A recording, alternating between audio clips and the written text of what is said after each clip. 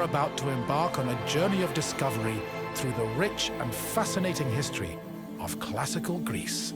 You'll become fully immersed in the painstakingly detailed world built for Assassin's Creed Odyssey, which you are free to explore at your own pace, without any danger or time pressure. For a directed experience, take one of the many guided tours curated by prominent historians and archaeologists. Along the way, exchange words with some of Greece's most famous historical persons. The classical Greece you are about to explore is at the peak of its glory. This period is synonymous with grand accomplishments of the physical and the mental. Architectural marvels which still stand today dot its landscape, while towering achievements in philosophy, political systems, and art still influence our modern society in profound ways. We hope you become engrossed in the dazzling riches of ancient Greece and welcome you to your visit.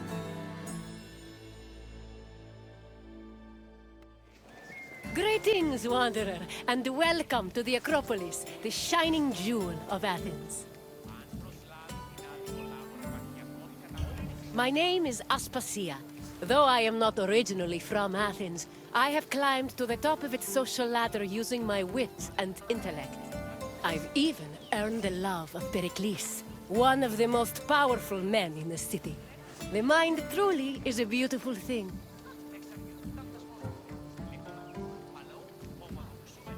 Personally, I think the Acropolis is one of, if not the, greatest place in all of Greece. Though, considering it was the project of my partner, Pericles, I may be a touch biased.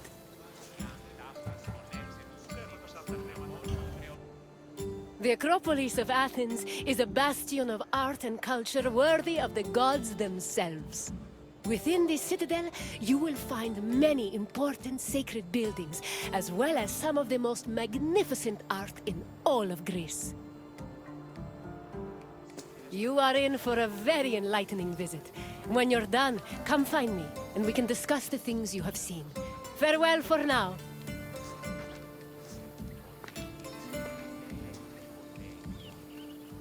The Acropolis has gone through many changes in its long history. It began as a simple rock, was settled as early as the Neolithic period, and then became a fortress in the Mycenaean period. Stone buildings started appearing in the 7th century BCE. But the famous structures whose ruins remain visible today date mainly from a period of construction in the 5th century BCE. The location of the Acropolis is closely tied with Athens' foundation myth. Supposedly, it was the site where Athena and Poseidon competed for the city's patronage. This connection gave the Acropolis a sacred aura, and it was considered the religious heart of the city. The Temple of Athena Nike was built on the remains of old fortifications from the Mycenaean era. Worship at the temple can be traced back to the 6th century BCE, but the building itself was destroyed during the Greco-Persian Wars a century later. It was rebuilt during the Peloponnesian War. Given that the name Athena Nike roughly means Athena of victory, it was likely constructed in the hopes that Athens would win the war. Unusually, the temple depicts historical scenes of battles against the Persians instead of the more mythologically inclined art of other Greek buildings. The temple's priestess was chosen randomly among the Athenians and received a salary of 50 drachmae annually, along with skins and trophies from sacrificed animals. The Acropolis was built up over a long period, due in no small part to its partial destruction during the Greco-Persian Wars. It was in the 5th century BCE, though, that the Acropolis received its most significant improvements. This period was an extremely prosperous time for Athens, both financially and culturally. With a booming economy bolstered by trade and the Lavrion silver mines, Pericles, the leader of Athens, financed a huge project to rebuild the citadel. He enlisted the help of renowned artists, like the sculptor Phidias, as well as the architects Iktinos and Callicrates. Together, they erected buildings like the Parthenon and the Propylaea Gateway. Pericles' goal was to make the Acropolis into a glorious monument to the gods and to mortal Athenians. Behind the propylaea was the giant bronze statue of Athena Promachos, or Athena who fights on the front lines. That name was reflected in the spear and shield the statue held in its hands. It was erected in the mid-5th century BCE by the artist Phidias. According to an inscription, it took 9 years to make and cost almost 500,000 drachmae. At approximately 10 meters tall, the statue was apparently so large that Pausanias claimed its helmet and spear tip could be seen from the sea near Cape Sunion, 60 kilometers away. The ornamentation on the statue's shield was engraved by the metalsmith Mies. The Eraphoroi were young girls between the ages of 7 and 11 who were in charge of special rites. A list of 4 girls was drafted by the Assembly of Citizens, from which the High Magistrate, the Archon Basileus, chose 2 to serve as Eraphoroi for the year. The girls lived in a house on the Acropolis. They were in charge of carrying sacred objects and weaving the peplos of Athena. The peplos was a sacred robe offered to Athena during Panathenaea, a festival held in her honor. The Erechtheion was an atypical temple. It was dedicated not only to Athena Polias, but also to Cecrops, the mythical founder of Athens, his son Erechtheos, and even Poseidon, the sea god who challenged Athena for possession of the city. The temple was divided into sections. The eastern part housed a statue dedicated to Athena, while the western section jointly belonged to Poseidon and Erechtheos. Meanwhile, King Cecrops' grave was believed to be under the caryatid porch. Under the temple was a crypt that was said to contain the sacred snakes of Athena. The snakes may have had a sweet tooth because the priestesses of Athena allegedly fed them honey cakes.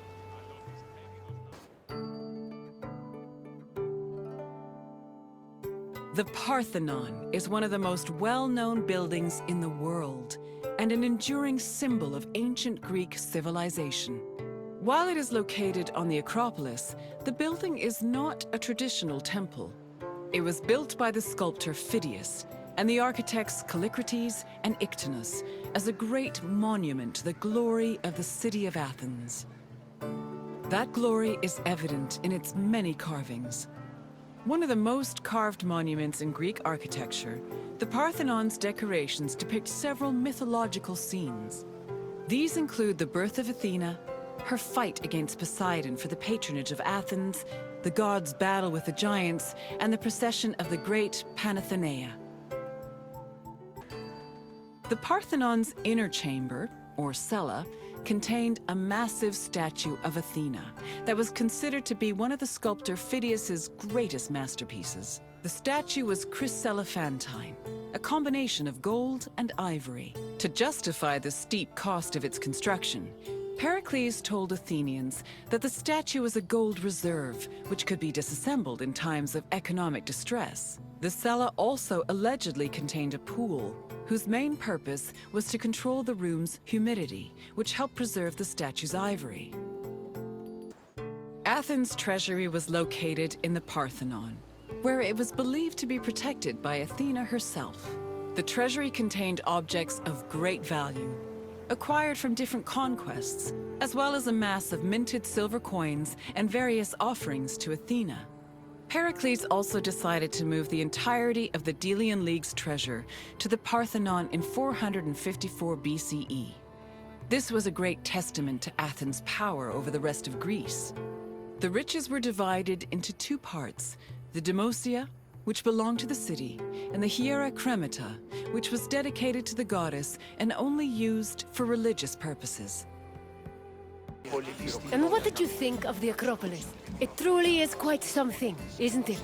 A sacred sanctuary and an architectural marvel, all in one. If you have any questions, don't hesitate to ask. You're confident enough for a test? Very well. Let us see how much you know. Which 2 gods competed for Athens' patronage? Correct. It was Poseidon and Athena who fought for Athens' patronage. As for who won, the answer is in the city's name. And now, the final question. Which king's tomb was believed to be under the caryatid porch? That is correct. Gekrops was the mythological first king of Athens, and his tomb was said to be under the Erechtheion. It seems you know much about this place. Well done, wanderer. Welcome, traveler, to the ruins of Mykene.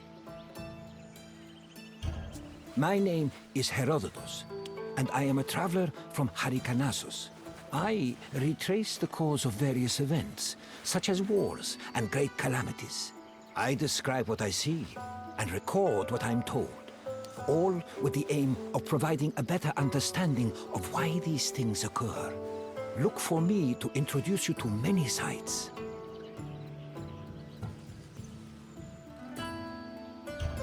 It is humbling to stand in the remnants of such a great civilization. Looking at these ruins, I am reminded that the past is never as far behind us as we think. These are the ruins of Mykene, center of the old Mykenean civilization. It was home to great warriors and heroes. In many ways, places like Athens and Sparta stand on the shoulders of its accomplishments. This tour will take you through its ruins and introduce you to its most important monuments, revealing its history in the process. I hope you enjoy yourself. I'll be waiting for you at the end of your visit.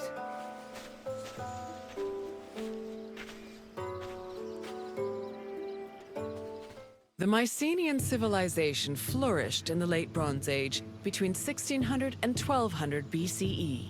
During this period, it was mainly located in the Peloponnese and central Greece. Mycenaeans were known for exploring distant lands. Notably, they battled the Hittite allied city of Walusa in a conflict that was believed to be the inspiration for Homer's Trojan War. But the Mycenaean people didn't only travel to fight. They learned much from their neighbors, the Minoans of Crete, such as how to write syllabic script on clay tablets. Such tablets provide evidence that Mycenaeans spoke an early form of Greek. They also tell of how great Mycenaean kings ruled over their warriors from opulent palaces in places like Mycenae, Thebes, and Knossos. The entrance to Agamemnon's citadel, or the Lion Gate, is one of the most iconic monuments in Mycenae. It is impressive for both its height and for the intimidating rendering on its relief, which depicts two lions standing on either side of a column.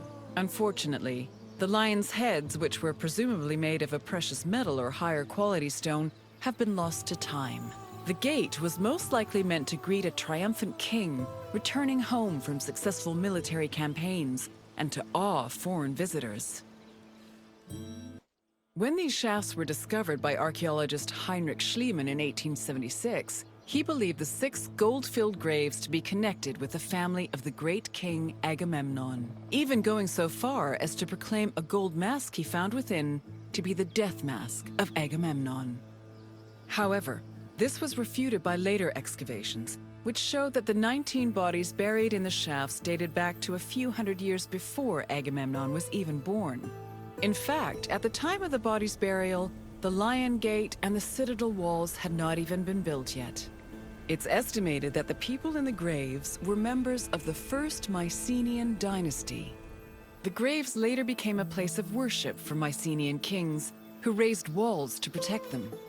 These walls helped preserve several incredible artifacts, including women's jewelry, death masks, and masterfully crafted weapons. By 1250 BCE, Mycenae was at the height of its power, and its living quarters and workshops were numerous. Houses were built everywhere, from the top of the palace's hill near the king's residence, to the slopes and terraces within the walls, to the nearby hills outside the citadel. At one point, the citadel's walls even had to be enlarged to make room for more quarters. The people who lived inside the citadel were those with high status in either the military, religious, or administrative sectors of the kingdom. This is reflected by the ceramic and metal vessels inside the houses, as well as their painted plastered walls. A traveler seeking an audience with the king would have first ascended a steep ramp from the Lion Gate to the citadel's summit. Here, they would have walked into the palatial complex through a grand entrance called the Propylon. Once inside, their gaze would immediately be drawn to the palace's main hall, a monumental area known as the Megaron. The vividly decorated Megaron, which glittered with precious objects and colorful frescoes in its heyday, was where the king would have received the traveler. If the king was feeling generous, he would have shared with the visitor the palace's most marvelous feature, its commanding and majestic view, which stretched from the plain of Argolis to the gleaming Aegean Sea. It was in this palace where a legendary Mycenaean king like Agamemnon would have held court. According to Homer and other poets, Agamemnon led the Greeks in the sack of Troy. Stories say that he was a fearsome warrior on par with Achilles, but also an overly ambitious and arrogant ruler. He sacrificed his own daughter, Iphigenia, to convince Artemis to grant his ship's passage to Troy. After conquering the city, he returned to Mycenae with mounds of riches, and a Trojan named Cassandra as his concubine. Agamemnon's wife, Clytemnestra, was not pleased with her husband's sacrifice of their daughter. She plotted to murder her husband out of anger. The plot was successful, and, depending on the version of the story, Agamemnon was either murdered in his bath by Clytemnestra or killed by his cousin Aegisthus during a banquet. You've completed the tour. I trust it was an eye-opening experience. Though it did not last, Mycenae was a sort of precursor to what would eventually become the Greek civilization we know today. It's important we remember them, if only to avoid repeating their mistakes. Now, what else would you like to do? Then let's begin. First, I have quite a simple question. Which ancient city may have been the inspiration for Homer's depiction of Troy? Yes, the Mycenaeans' conflict with the city of Wilusa allegedly inspired Homer's Trojan War. Now, one last question. What was the name of Agamemnon's Trojan concubine? Correct. Following the sack of Troy, Agamemnon sailed home with the Trojan prophetess named Cassandra. You've studied the ruins well, traveler. Welcome, friend, to this especially sacred part of the Olympian sanctuary. My name is Varnavas, and I am a ship captain. Don't be fooled by my scarred eye. Though I've seen my share of combat, I mostly stick to trading these days. Well, trading and introducing visitors like you to wonderful sights like this. This place is practically vibrating with divine energy. I feel like if I look over my shoulder right now, Zeus will be staring back at me.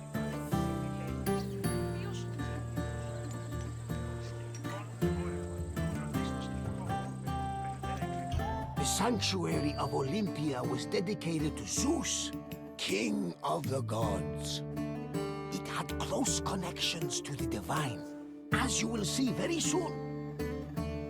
I'll come find you when you're done, and we can talk about what you've learned.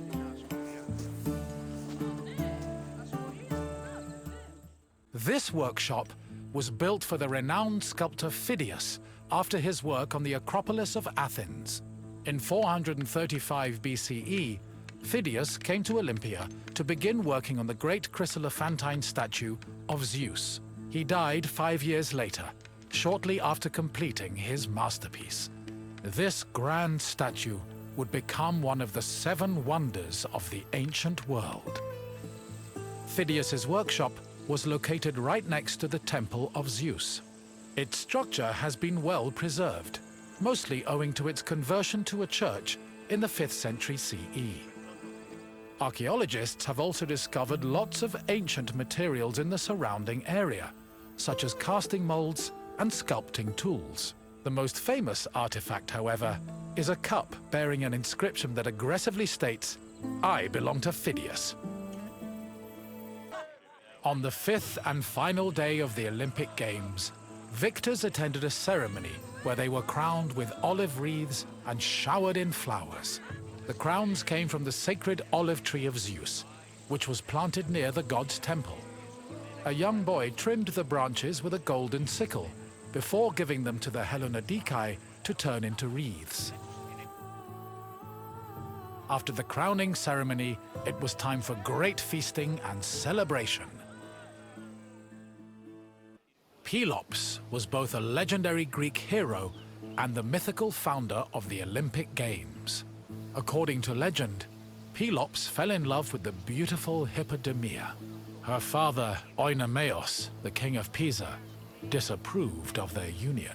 Having once heard a prophecy that he would be killed by his son-in-law, Oenomaus was known to challenge his daughter's suitors to chariot races, killing them when he won. Still, Pelops was determined to win Hippodamia's heart. Before the race, he enlisted the help of Poseidon, who gave him a golden chariot with 4 winged horses. Pelops was able to win both the race and the hand of his beloved, while Oenomaus was dragged to death by his horses. The start of this famous race was depicted on the eastern pediment of the Temple of Zeus. The Heraion was a temple dedicated to Hera. It is one of the oldest temples in the sanctuary, dating back to approximately 590 BCE. The structure included columns painted with images of women who won the Heraia, an athletic competition made up of running events. Every 4 years, 16 women were chosen to make a veil dedicated to Hera. These women also organized the competition, though they did not compete in it.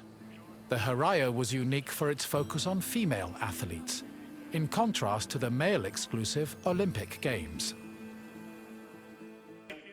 Hera was the goddess of women, marriage, family, and childbirth. She ruled Mount Olympus as Queen of the Gods, along with her husband and brother Zeus.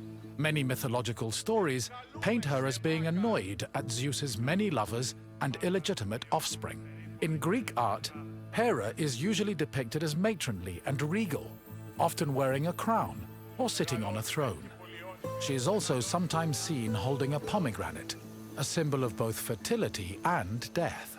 Hera's cult was very popular across Greece, and Olympia even minted her image on its coinage. One of the highlights of the Olympic Games was a ceremony that took place on the 3rd day of the festival. It began with a procession of athletes, ambassadors, Hellenodikai, and animals. The group made their way around the Altis until they arrived at the Temple of Zeus. Then the animals were brought in front of the altar of Zeus and offered as a sacrifice.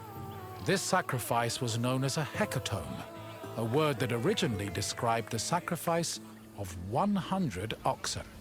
During the hecatomb, the bones and legs of the animals were burned and carried to the top of a mound of ashes from previous sacrifices. Meanwhile, the meat of the animals was saved for a large banquet held later in the evening. The Olympic Games were dedicated to Zeus, and all the ceremonies and events were hosted in his honor. It is no surprise that the largest temple in the sanctuary was the Temple of Zeus. While most temples were restricted to priests, the Temple of Zeus welcomed all who visited Olympia. This openness was most likely meant to show off the gold and ivory statue of Zeus that stood within the temple's walls. The building also featured art depicting both versions of the Olympic festival's founding myth. The eastern pediment showed a scene from the legendary race between Pelops and Oenomaus. The temple's metapiece, meanwhile, showed the 12 labors of Heracles, the other mythical founder of the games. Zeus was the god of sky and thunder, and king of the Olympians. He ruled the world from his home on Mount Olympus. The child of Cronus the Titan, Zeus overthrew his father and cast the Titans out in a great battle known as the Titanomachy. He had children of his own with his wife Hera, including Ares, Hephaestus, Hebe, and Eileithyia. He also had many children without Hera, much to her consternation, but there are too many to list here. Zeus was believed to have control over the lives of mortals, as his many epithets attest to. For example, his title Horkios made him a keeper of oaths, while Xenios was the name conferred to him as a protector of hospitality. In Greek art, Zeus was usually depicted holding a thunderbolt and sitting on a throne, befitting his position as king. The Temple of Zeus was home to the chryselephantine statue of Zeus, one of the 7 wonders of the ancient world. The statue, made of gold, ivory, and wood, was sculpted by the renowned artist Phidias. At 13 meters tall, it was as impressive looking as it was difficult to maintain. Oil was used to protect the wood and ivory from cracking and to prevent general decay. While the statue does not exist today, it was thankfully described by Pausanias in great detail, so its legacy lives on. Hello again! I hope you enjoyed your visit and feel a little bit closer to the gods. Well, as close as a mortal can get. Is there anything else you'd like to do? Excellent! Let's see what you remember. Your first question is a simple one. Which goddess was Zeus's wife? Correct! Not only was Ida Zeus's wife, she was his sister as well. And now, the final question. What was inscribed on the cup found near Phidias' workshop? Correct! Apparently, Phidias was very possessive of his things. Perhaps someone from the sanctuary kept stealing them. But I'm getting off track. Excellent work, friend! You honor the gods with your great wisdom. Greetings, Wanderer, and welcome to the Agora of Athens. I love this Agora.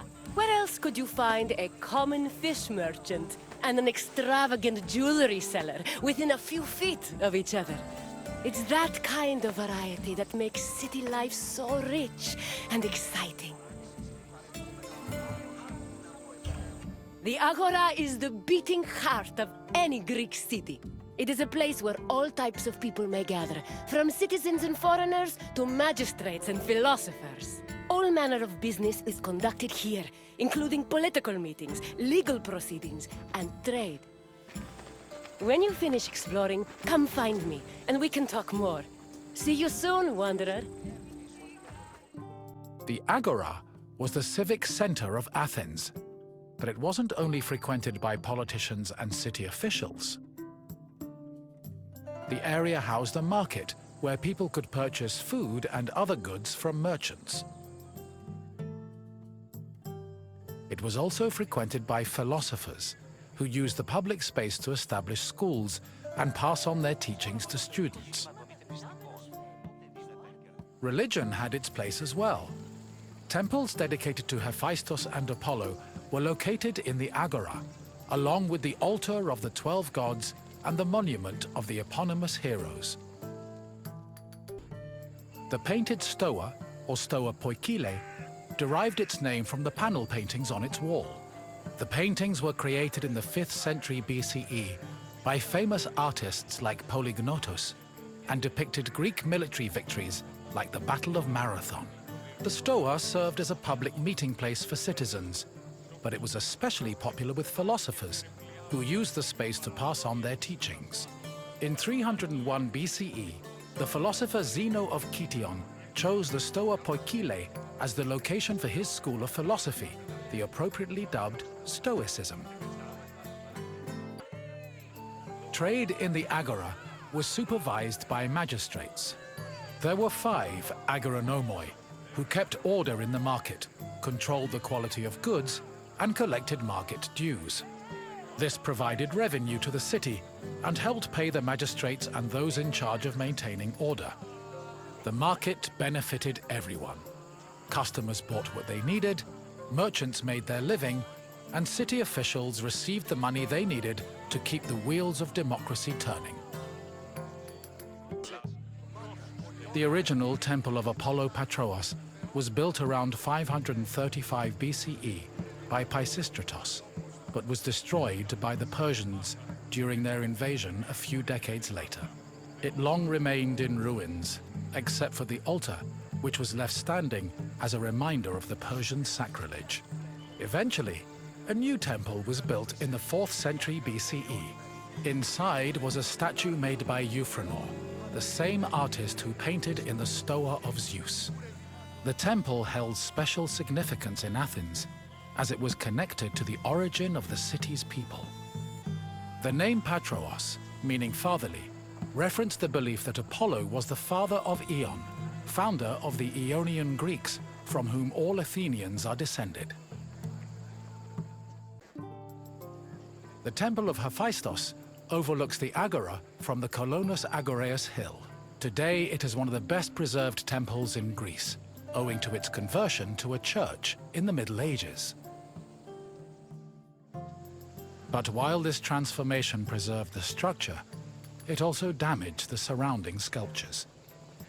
The temple was dedicated not only to Hephaestus, the god of metallurgy, but also to Athena Ergane, goddess of arts and crafts. Nearly every part of the Hephaestion was lavishly decorated with depictions of famous mythological events, like the labors of Theseus. The Theseus scenes gave the temple the nickname Thesion, a name that lives on today as a city district in Athens.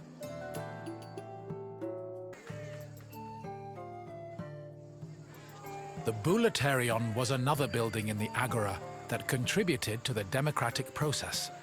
It housed the Athenian Council of Citizens, the Boulé. This council of 500 was composed of 50 members from each Greek tribe, all of whom served a one-year term. They were chosen by lot from among citizens over 30. Every month, one group of 50 was chosen to lead the Boulé's executive committee, the Prytaneis. The Prytaneis met every day of the month and called meetings of the full council in the Boulaterion, where they spent their time discussing bills. The Prytaneon was one of the most important buildings in the Agora, as it was the headquarters of the Prytaneis. The Prytaneis was the executive committee of the Boulé, who ran the city's daily operations. The Prytaneis dined in the Prytaneon, and 17 of them slept on site to ensure there were always officials available to deal with emergencies. The Prytaneon also housed the official weights and measures of the city. The Fire of Hestia, which provided sacred fire for all public sacrifices, was also located there.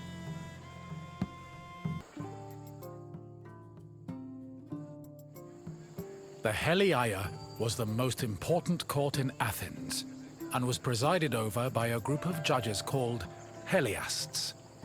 Judging was a regular part of an Athenian citizen's life, with trials happening almost every day. Heliasts were chosen randomly based on two factors. First, that they were on the official list of 6,000 potential Heliasts. Second, that they were present at court on the day of the trial. A stipend of 2 obols was established by Pericles to compensate for the loss of work while on Heliast duty, and also to encourage participation in the judiciary process. In the Agora, an Athenian could buy and sell many different products. The permanent retail market was divided into sections according to the category of merchandise. Merchants and craftsmen who worked in the market could be citizens, foreigners, or even freed slaves. They sold everything from food and clothes to jewelry and slaves. With so much variety, competition was fierce, and that competition helped regulate the market's prices. The Heliaia wasn't the only court in Athens. This other court was located next to the South Stoa. Historians believe it to be a court based on the discovery of a nearby box containing 7 bronze ballots. These ballots were used by jurors to give their verdicts. The reason trials were so common in Athens might have been related to their democratic regime, which promoted the individual's right to demand reparations for injustice. However, not all legal matters were settled in this fashion. If a claim was small enough, it was settled individually by a magistrate. public trials were reserved for more serious offenses, such as murder, theft, and political crimes. The Mint was where the city made its coinage. It is believed that Athens' mint was in the city's agora, as modern excavations have turned up small disc-shaped pieces of metal used to make coins. Much of the silver required for minting coinage came from the Lavrion silver mines. Athens was so dependent on the mines that when they lost them during the Peloponnesian War, the city was forced to melt down a gold statue of Athena to mint gold coins and avert a monetary crisis. You have now experienced the Agora, following in the footsteps of countless Athenians before you. I hope the trip has impressed upon you how important this place was to trade, politics, and law. If you have any questions, don't hesitate to ask. Very well, let's begin. Which philosopher's school took its name from the painted Stoa? Yes, Zenon taught at the Stoa, and so he and his followers were dubbed Stoics. One question left. When Athens lost the Lavrion silver mines during the Peloponnesian War, which statue did they melt down to mint new coins? Correct. The Athenians melted down a statue of Athena to mint gold coins. It's clear you are very familiar with the Agora of Athens. I'm impressed. Here, visitor, and welcome to this sacred site. Delphi is an amazing place to visit if you're looking for information. I've come here on several occasions in search of answers to some particularly puzzling questions. And sometimes, I even found them. This is Delphi, home of the renowned oracle. Greeks considered it the navel of the world. Pilgrims and kings journeyed here from all over Greece and beyond, seeking advice from Apollo through the voice of his interpreter, Pythia. During your visit, you will experience the sanctuary through a pilgrim's eye and discover how important oracles and prophecies were to the people of Greece. Now, go off and begin your pilgrimage. I will be waiting for you at the end of your visit. On their journey to the Temple of Apollo, pilgrims walked this sacred path up Mount Parnassus. The summer sun beat down hot on their backs. Along the way, they took in the magnificent monuments, treasuries, and statues that adorned the road. These landmarks were tokens of people's reverence for the oracle's benevolence. All were dedicated to Apollo, and most were offered by cities to commemorate military victories. The monuments represented not only their donors' piety, but also their power and wealth. The sanctity of Delphi has endured to the present day, and visitors still take this very same route. One of the most impressive dedications to Apollo came from the Cnidians, a Greek population that colonized the island of Lipari, north of Sicily. The story behind this dedication is notable. The Cnidians were at war with the Etruscans in the Tyrrhenian Sea. Seeking a good omen, the Cnidians consulted the oracle, and following her advice, they successfully captured 20 enemy ships. To thank Apollo, they offered the god the same number of statues as ships seized. Next to the Naxian Sphinx stood a simple structure to display offerings from the Athenians, most of which were spoils of war. In particular, these offerings, called ex-votos, were prows of sunken Persian ships. The Athenians built the portico after their naval victory over the Persians in 478 BCE. Once arriving before the temple, pilgrims wishing to consult the oracle had to first pay a tax. This tax gave them the initial right to approach the altar of Apollo and make an animal sacrifice to the god. But before proceeding to the Pythia, the preliminary ritual had to succeed. If the animal reacted favorably and showed signs of acceptance to the god, it was sacrificed, and the pilgrim would be allowed to enter the temple to question the Pythia. At last, we arrive at the Temple of Apollo, where the oracle relayed her prophecies. The temple was the final destination of those seeking an audience with the Pythia, and its appearance matched the majesty of its purpose. Atop its imposing columns, The structure's pediments displayed famous mythological scenes, sculpted by the renowned Greek artist Antenor. But as grand as the temple looked from the outside, it paled in comparison with what happened within. Prophecies were given in the most restricted part of the temple, the Adyton, by a chaste woman known as the Pythia. Before delivering prophecies, she first purified herself with water, then burned laurel leaves and barley flour to begin the ritual. Finally, while seated on a tripod surrounded by offerings, the Pythia delivered Apollo's messages. Her words were often strange and indecipherable, and required further interpretation by the temple's priests. Despite much research, the exact causes of the oracle's behavior while prophesying are debated to this day. Myths say that while searching for an oracle who could impart their words to mortals, Apollo established a sanctuary on Mount Parnassus. Apollo took over this site by slaying its sinister guardian, the snake-like Python. Your visit is complete. I hope you now understand how important this sanctuary was, and how it affected the lives of people both in the Greek world and beyond its borders. To be honest, I could speak about Delphi all day.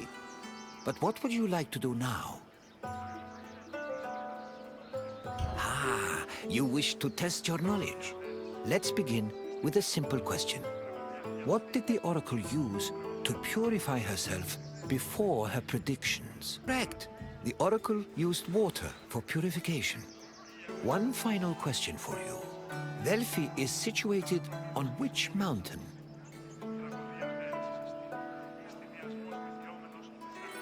Correct. Delphi stood on the slope of Mount Parnassus. Well done, traveler. Your knowledge rivals that of the wisest philosophers. Greetings, wanderer, and welcome to the port of Piraeus.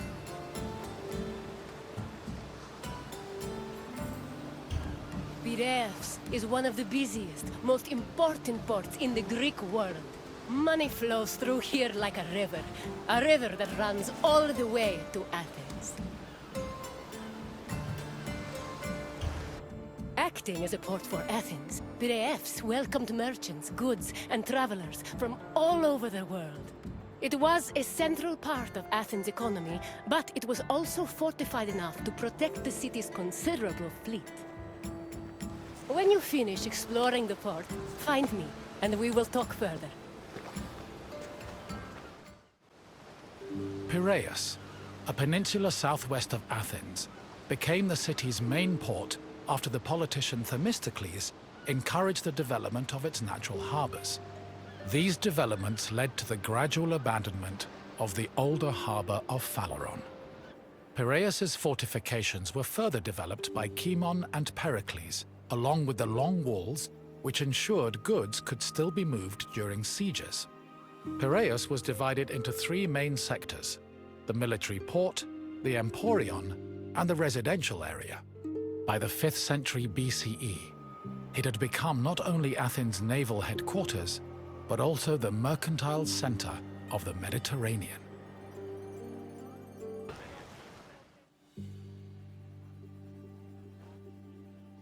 Piraeus's development during the 5th century BCE attracted a large population.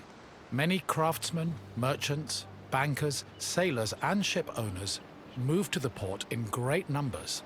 The population was a mix of Greek citizens, foreign visitors, and immigrants, known as metics. The variety of the port's inhabitants gave Piraeus a cosmopolitan atmosphere. Most of the residents were involved in trade, but others worked on shipbuilding or in larger-scale industries like shield factories. Piraeus's commercial focus offered many opportunities for those seeking to increase their wealth and status. One such rags-to-riches tale is that of Passion, a slave who eventually became a citizen and earned a fortune thanks to his bank and his shield factory. Piraeus was a demi, or district, of Attica. Because of its size, function, and varied population, it had a much more complicated administrative structure than other demes. Above all, Piraeus was closely monitored and controlled by the Athenian assembly due to its importance to the city.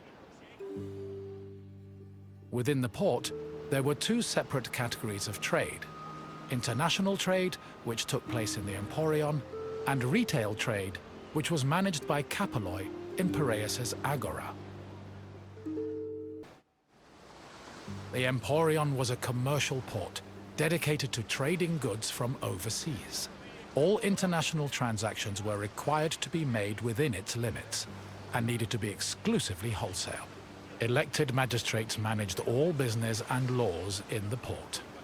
Meanwhile, port authorities known as epimeletes oversaw trade and took care of the regulation of prices. This was an especially crucial duty, as the amount of supplies and goods could fluctuate wildly based on factors like bad harvests or lost cargo. Common products sold in the Emporion included vegetables, fruits, fish, leather, timber, marble, metal, weapons, and ceramics. According to Hermippos, Athens was also wealthy enough to afford the finest goods from all over the world, including figs from Rhodes, almonds from Thassos, oil from Samos, and wine from Chios. Taxes were collected on all merchandise that came into the Emporion, which provided Athens with a major source of income. After arriving in the Emporion, merchants set up samples of their goods in a display area called the Deigma. This was where citizens and foreigners gathered to officially make their deals, and almost all merchandise that came into the Emporion was traded within the area.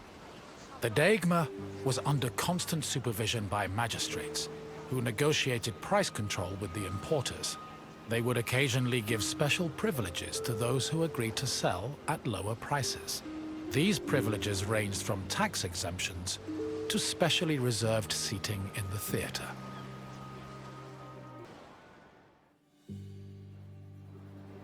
Piraeus was a deme, and as such was supervised by a magistrate called the Demarchos. While most demarchoi were chosen locally within their deme, Piraeus was appointed directly by Athens, so the city could better monitor its commercial interests. In fact, matters regarding the Emporion, the military harbor, and the grain trade were regularly debated and decided by the Athenian assembly. Transactions within the Piraeus were supervised by metronomoi. These were magistrates responsible for keeping track of weights and measures. They made sure merchants' measurements were always accurate to prevent bad deals and scams.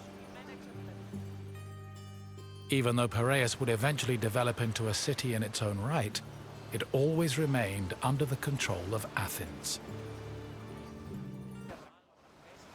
A commercial tax of 2%, or a pentecost, was placed on all cargo entering and leaving Piraeus. The tax was collected by a group of 5 people called pentekostologoi. According to Andocides, this position could be bought for the hefty sum of 30 talents, or 180,000 drachmae.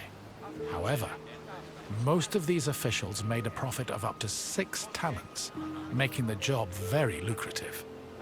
While merchants were responsible for setting the value of their goods, pentekostologoi had the power to challenge the value if they saw fit. Furthermore, merchants were required to register with these officials before they could transport, display, and sell their goods. Overall, this system provided Piraeus, and by extension Athens, with a tremendous amount of money.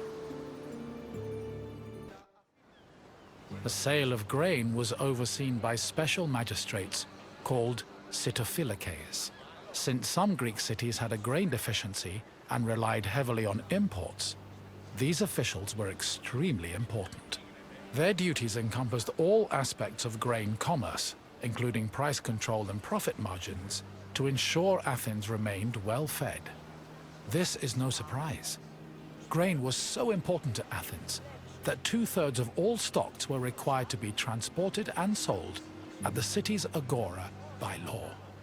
According to Demosthenes, The significance of the Simbakeel was such that if they failed in their duties, they faced the death penalty. The Emporion operated on a foundation of credit and loans.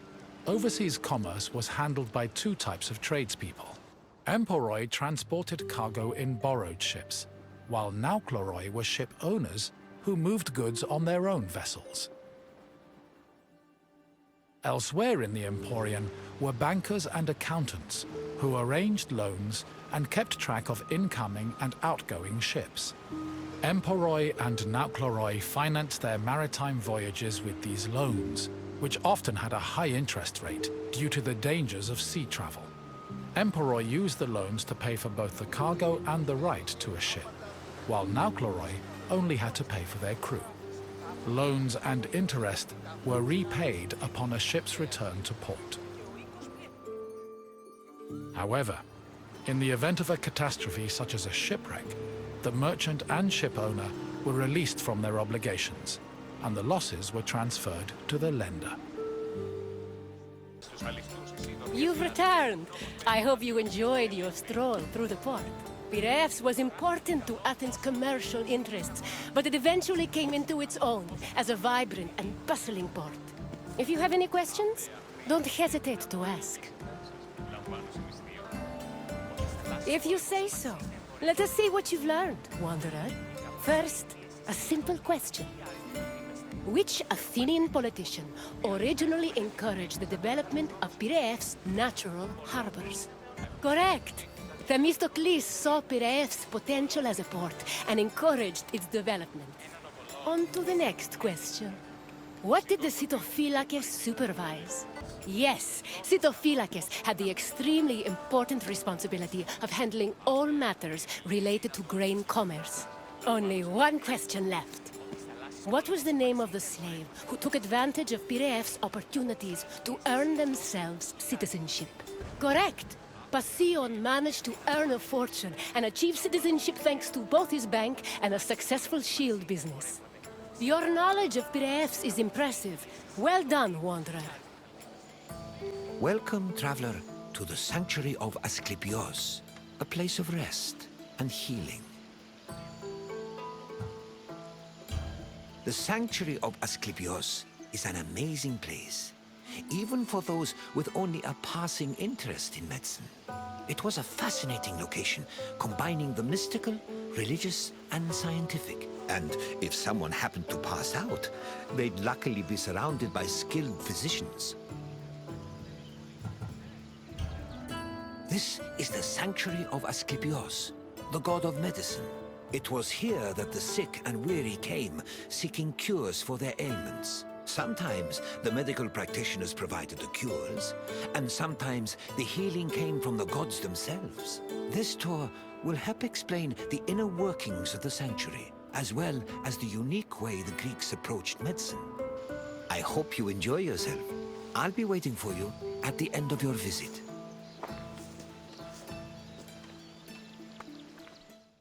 The ill and infirm came to this sanctuary to pray and offer sacrifices to Asclepios, the god of medicine. According to myth, Asclepios was once a mortal physician who eventually became a god. He had many sanctuaries across Greece, but the most famous was in Epidaurus. When pilgrims passed through the entrance of the sanctuary, they could read this inscription: "When you enter the abode of the god which smells of incense, you must be pure, and thought is pure when you think with piety." Medical steles constituted a sort of hub between medicine, religion, and the divine. They were slabs with inscriptions that praised Asclepios' virtues and merit, and described his methods of healing. The inscriptions relayed the dreams patients had within the abaton, one of the most important buildings in the sanctuary. The steles outlined the patient's name, their disease, and how they were cured by Asclepios. They were probably written by the sanctuary's priests, or at least under the priest's supervision. Asclepios was a complex deity. In addition to being a god, he was also a trained physician and disciple of the centaur Chiron. In ancient Greece, Religion was inseparable from rites, processions, and sacrifices. This was no different in Epidaurus, and visitors to Asclepios' sanctuary needed to prepare themselves accordingly. Pilgrims cleaned themselves in order to be pure, then offered Asclepios food like honey cakes, cheesecakes, baked meats, and figs. The food was placed on the sanctuary's holy table, where it was presumably later taken by priests. After the preliminary offerings, visitors were allowed to enter the abaton, where they would hopefully encounter Asclepios in a dream. Medical steles also mention that healed patients sometimes gave additional offerings to Asclepios as thanks for being cured. Asclepios was originally born a mortal and was the product of an affair between the god Apollo and a mortal, Coronis. Apollo killed Coronis after discovering she had been unfaithful and ordered her body burned on a funeral pyre. However, he rescued his unborn child from Coronis' womb before the fire consumed her body. Apollo gave the baby to the centaur Chiron, who raised Asclepios and taught him to practice medicine. Over time, Asclepios became so skilled in the art of healing, he could even raise the dead. This angered Zeus, who sent Asclepios to Hades with a thunderbolt. Apollo retaliated by killing the Cyclopes responsible for making Zeus's thunderbolts. Then, Zeus revived Asclepios, making him immortal and deifying him in the process. In sculptures, pottery, mosaics, and coins, Asclepios was portrayed holding a staff intertwined with a sacred snake. The staff is a symbol of medicine that still endures to this day. The Epitouteon was the priest's residence. As the link between patients and the gods, priests were essential to the operation of the sanctuary. They were often elected into the priesthood for one-year periods, but could also buy themselves a position if they were wealthy enough. In addition to interpreting patients' dreams in the abaton, priests both supervised and performed sacrifices and rituals. During these functions, they were usually clad in white. The abaton was built in the northern boundary of the sanctuary, where it surrounded a sacred well whose water was believed to have therapeutic properties. The abaton was where pilgrims went for incubation, or dream rituals. Details of the incubation ritual have been described in unearthed medical steles. They were also noted in Aristophanes' play Plutos, which featured a more comedic view of the process. Incubation was the dream ritual pilgrims experienced in the abaton. After completing the necessary preliminary rituals, pilgrims were allowed to enter the sacred building, where they lay prone. As they took in the smell of burning incense, the sanctuary's priests extinguished the oil lamps and asked them to sleep in silence. Once they were asleep, Asclepios would appear in their dreams and give his medical advice. The advice included diet and treatment recommendations, as well as requests for specific offerings or religious rituals. Upon waking up, priests interpreted the patient's dreams, unless a patient had been miraculously healed in their sleep. However, if a patient was completely beyond help, they were removed from the abaton. This was to adhere to a ritual law that stated that no one could die or be born within the building. I see you've completed the tour. I hope you enjoyed your time in the sanctuary. As you can see, gods and miracles were just as important to the healing process as medicine was. Now, what else would you like to do? Excellent. Here is your first question. Which mythical creatures made Zeus's thunderbolts? Correct. Zeus's thunderbolts were crafted by Cyclops. On to the second question. What was the name of the building where incubation occurred? Yes, pilgrims entered the abaton to undergo a dream ritual in the hopes of curing their ailments. One final question for you. Who was Asclepios' father? Yes, Apollo was Asclepios' father, and his mother was a mortal named Coronis. You've proven you know the sanctuary inside and out. Well done.